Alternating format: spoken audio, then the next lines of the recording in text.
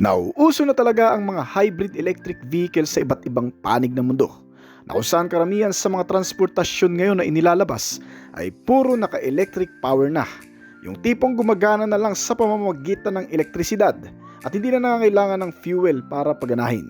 Ngunit iba pa rin ang sasakyan na hindi lang electric ay kaya ring umandar ng walang nagmamaneho, gaya na lamang ng dalawang bagong sasakyan ngayon na dumating sa Pilipinas. Isang 10-seater car na pampasahero at isang family car na super budget friendly.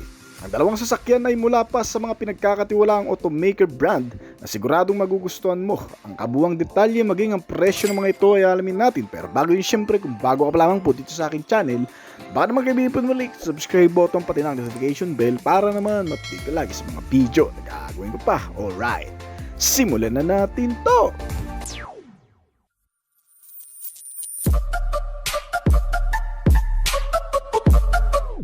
Dumating na rin sa bansa ang pinakabagong pampasaherong sasakyan na may kasamang mga modernong katangian, gaya ng pagiging maunlad sa teknolohiya gamit ang pinakabagong mga sistema sa pagpapaandar, pagiging safety at kahangahangang kalidad mula sa Japanese brand automaker, ang autonomous o autobus na self-drive 2024 model.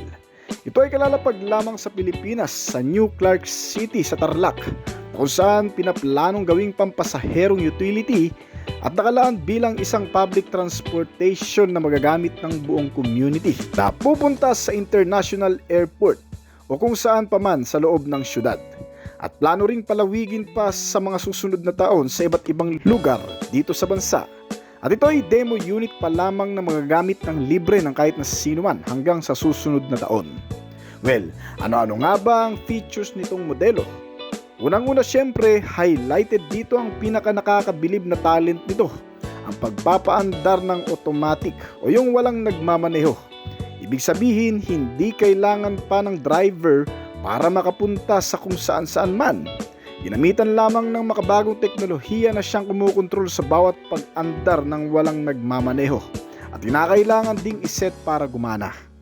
Meron din itong bilis na umaabot ng 18 to 20 km per hour at talagang safe naman na siguro sa mga ganyang takbuhan. Isa pa, kung pag-uusapan naman ang consumption nito, base na rin sa Japanese automobile, kaya nitong umikot sa loob ng Clark City ng 4 na beses. Ibig sabihin, matipid na rin kung tutuusin, bago pa tuluyang maubos ang enerhiya nito. Ang energy efficient ng bus na service na ito ay ginagamitan ng Transportation Cloud System na kung tawagin ay Smart Mobility Operation Cloud. At meron din itong sustainability features gaya ng low carbon emission vehicle, improved air quality system at eco-friendly pa. Bukod pa dyan, ito ay may dalawang driving mode system na tinatawag na automatic drive mode, yung napapagana nga ng walang driver, at ang manual driving mode. Bukod kasi sa pwedeng patakbuhin ng walang driver, pwede rin naman itong patakbuhin sa pamamagitan ng controller sa mga instances na kinakailangan kontrolin. Halimbawa na lang na magkaroon ng pagbabago sa mga kalsada, gaya ng pagkakaroon ng harang sa dating wala naman, o di naman kaya kung magkakaroon man ng rally o sinaradong kalsada. So maaari mo na itong kontrolin para nang sa ganun ay maiba ang direksyon na nakaset. At isa pa, sinamahan pa ito ng maraming safety features. Meron itong mga GPS tracking device, GPS camera at 360-degree na sensors. Kaya kung papansinin ang bawat paligid nitong minibus ay napapalibutan talaga ng kamera, hindi lamang sa labas maging pati sa loob nitong sasakyan. Ay meron ding camera for security system na rin. Ito ay nilagyan din ng automatic braking system na kung sakaling may mga biglang tumatawid o biglang hihintong sasakyan sa unahan ay kusa itong titigil para nang sa ganun ay hindi makabangga. At de-detect din ng sensors nito yung mga obstacle o bagay na pwedeng mabangga o matamaan, ay kusa din itong hihinto at iiwasan. Meron itong parking sensor na kung saan may aayos mo ang ligtas na pagmamaneuver sa oras na ikaw ay magpapaatras sa mga parkingan. Sinamahan pa ito ng mga safety handrails sa loob at makikita rin ang handlebar na hawakan at may estimate na 10 pasahero ang kayang i-accommodate dito. Siyempre, mga standard and ordinary seat type lamang ang makikita mo sa loob nito, na may kasamang malakas na aircon system at PWD friendly na rin ito. May buton na pipindutin lamang para ibaba ang sliding board para sa mga wheelchair at electric auto opener na rin ang main door. Ka-partner ng Basis Conversion Development Authority o BCDA, ang Japan-based Mobility Presemble Incorporated at ang MAC Metro Transport Operation Incorporated sa paglunsad ng kauna-unahang bus autonomous dito sa bansa. Kaya naman kung nagpaplano kayong pumunta ng Clark City, magandang ma-experience nyo rin ang ganitong bagay na sumakay sa walang nagmamanehong utility. Number 2, ang family electric vehicle na VinFast BF3. Ang VinFast BF3 ay magagamit na ngayon sa Pilipinas sa pagkakaroon ng mas mababang presyo na kaakit-akit sa marami. Maaari mo itong bilhin kasama ang baterya o mag-optional para sa isang subscription sa baterya nito. Ang subscription na ito ay may 3 term batay sa iyong buwanang gamit at ang VinFast ang hahawak ng maintenance o magpapalit kung ang capacity ng baterya ay mababa na sa 70%. May kasamang portable cable na rin ito para kahit saan man lugar ay pwede mong may charge kung kinakailangan. Ang BF3 ay pinapagana ng lithium-ion battery na kung saan ang mismong pinanggagalingan ng lakas at electricity at pagpapaandar nito ay nanggagaling mismo dito sa baterya. Meron itong regenerative braking na tumutulong sa garang pagcha-charge ng baterya nito sa pamamagitan ng mga pagpipreno. Madali lang din ang charge nito. Sa loob kasi ng 5 hours ay makukumpleto mo na ang 10 to 70% na battery energy. At sa 7 oras ay maaari na ring maging full charge ito. Kaya naman, lagang makakatulong ito para mabawasan ang gastos sa araw-araw na pagbili ng fuel. Ang battery nito ay may capacity na 18.64 kilowatts at may iisang motor na tinatawag na permanent magnet synchronous motor. Siyang tumutulong para ma-boost ang enerhiya nito. Eco-friendly na rin itong sasakyan dahil wala itong nagagawang usok o zero emission.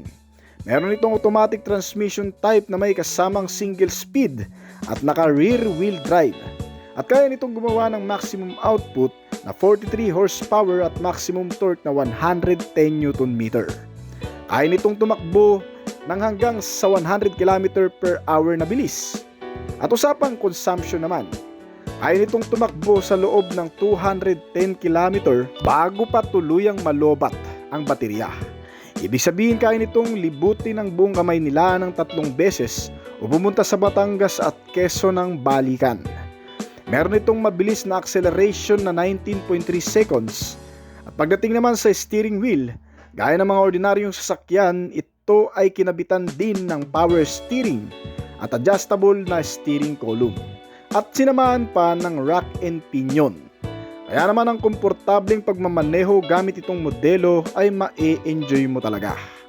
Sinamahan pa ito ng magagandang suspensions gaya ng front suspensions nito na ginamitan ng MacPherson strut at rear suspension na rigid axle. Itong BF3 electric vehicle mga kaibigan ay meron din malalagkit na klase ng gulong na may sukat na 175 by 75 R16 at naka-radial tubeless pa. Pagdating naman sa safety measure, pinapanatiling makapit ang bawat pagpipreno sa pamamagitan na naka-disc type na front brakes nito, habang naka-drum brake type naman ang rear brake. Sa external na disenyo, ang modelong ito ay may boxy type na body figure na parang ordinaryong sasakyan lamang kung papansinin. Kaya itong upuan ng hanggang sa 4 o 5 pasahero depende sa laki sa loob nito. Itong electric vehicle na BF3 ay kauna-unahang ginawa ng VinFast Auto na mini car. At mula ang kumpanyang ito sa bansang Vietnam pa. Hindi naman siguro masasabing mahinang klase o negatibo ang brand na ito na nanggaling sa bansang ito.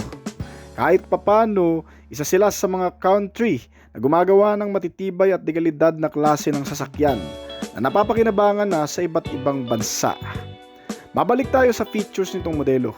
Bukod sa pagiging high-tech electric vehicle, meron din itong 2 driving mode system na tinatawag na Eco Mode at Normal Mode. Ito rin ay sinamahan pa ng magagandang features sa internal gaya ng aircon system, may heater, may accessories power outlet, mga bottle and cup holder, mga bulsa at power window pa.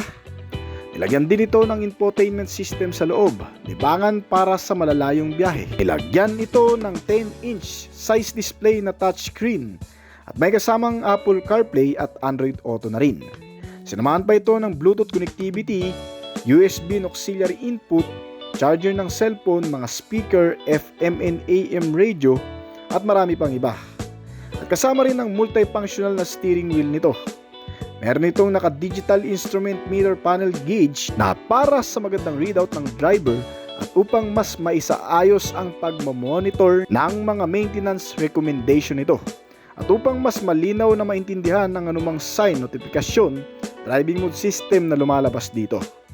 At ang mga upuan nito ay adjustable naman at mga naka-fabric cover pa. Ang headlamp at combination lamp nito ay mga naka-halogen type pa. Ngunit may mga automatic electric folding rear view mirror naman ito nakasama. Pagdating naman sa ilan pang safety features, kahit ganito kaliit itong modelo ay naglalaman naman ng maraming safety sense para sa ligtas na bawat pagsakay. Sinamahan ito ng engine check warning na nagpapaalala sa iyo kung magkakaroon man ng problema sa makina ng mas maaga, para madala agad sa pinakamalapit na service center. Nilagyan din ito ng hill start assist control para naman ma-maintain ang magandang kapit ng preno at magandang pagmamaneho sa mga paahon na kalsada o kaya naman pababa. Bukod pa dyan, sinamahan pa ito ng mga parking sensor, gaya na lamang ng rear parking sensor, at sinamahan pa yan ng rear camera para sa maayos na pagpapark. Kaya kahit baguhan ka pa lamang, hindi ka mahihirapang i-park o i-maneuver ito sa masisikip na parkingan. Nilagyan din ito ng seatbelt warning at tutunog ang sign sa driver's side once na may mga occupants na hindi pa gumagamit ng seatbelt o hindi pa naka-seatbelt. Sinamahan pa ito ng child safety lock, kaya pwedeng-pwede sa mga bata. Bukod pa dyan, nilagyan din ito ng traction control system para mapanatili ang maayos na pag-andar nito sa loob ng kalsada na malulubak, matutubig o madudulas, na siya nagpapanatili ng traksyon ng sasakyan at upang nang sa ganun ay hindi bumaliktad o dumulas ang mga gulong nito sa oras na mga biglaang paliko, pakurbada o mga malulubak na kalsada. Nilagyan din ito ng anti-lock braking system o ABS na nag-a-unlock sa mahigpit na kapik ng brake during emergency braking, na sinusuportahan pa ng electronic brake force distribution at brake assist. Ang maganda pa sa modelong ito ay sinamahan din ito ng airbag sa passenger at driver seats. Nilagyan ng side impact beams para maprotektuhan ng mga occupants kung sakaling magkakaroon ng kolisyon o banggaan man, at upang hindi mapuruhan ang mga nakasakay dito sa loob. At naka-electric parking brake na rin ito, kaya hindi na mahirap. Pagdating naman sa security sense, meron itong central locking para mapatibay ang pagkakasara ng mga pintuan at power door lock na rin. Sinamahan pa ito ng anti-theft device system para mas mapatibay ang security sense nitong sasakyan. Pagdating naman sa dimension o kabuuang sukat nito, meron itong haba na 3,190mm o 319 cm. May lapad ito na 167.9 cm at kabuuang taas na 162.2 cm. Tumitimbang itong sasakyan ng 857 kg at may wheelbase size na 207.5 cm. Ang ground clearance nito ay mataas-taas na rin na umaabot ng 191 cm. Kaya nitong magkarga ng kabuuang bigat na 300 kg at may cargo volume pa na 36 liters. May 4 na seating arrangement at 2 pintuan para sa 4 na pasahero. Malalabas lamang ng modelong ito sa merkado ng Pilipinas tong nakalipas na buwan ng Setyembre 17 ngayong taon lang. Magkakahalaga ang kabuuang presyo nito ng 645,000 pesos lamang. Kapag bumili ka nito ay magkakaroon ka ang magandang deal sa warranty ng baterya. hindi mo masyadong poproblemahin nito kasi may 7 years warranty ang baterya nito. Habang itong buong sasakyan naman ay may hanggang sa 160,000 km na milyahe o 8 years warranty naman. Kaya sulit na rin talaga ang 645,000 pesos mo dito, lalo na kung isasabak mo ito sa Grab at Uber. Alright. So hanggang dito na lamang po siguro ang ating video ngayon. Kung nagustuhan mo ang topic natin ngayon, baka pwedeng pa-click ng like button at pa-comment na rin ng iyong opinion sa ibaba pagkatapos ng video nito. Bago po tayo magtapos ay nais ko po munang magpasalamat sa mga patuloy na sumusuporta, tumatangkilik at nagabang palagi sa mga video na ina-upload natin dito sa ating channel. Maraming salamat po at shoutout po sa inyo guys. Ngayon kung bago pa lamang po dito sa aking channel, baka naman kaibigan po mag-like sa subscribe button pati ng notification bell para naman ma-update palagi sa mga video na gagawin ko pa. At syempre thank you rin ng opinion at comment mo sa baba kung may mga tanungan ka tungkol sa video na ito. Huwag kang mayang mag-comment kaibigan mo pa sa gano'n. Masagutan ko rin na manais mo pang malaman at makuha rin ako ng idea mula sa iyo na magamit ko sa aking mga susunod pang video na gagawin. This is Obvious Collection. Thank you!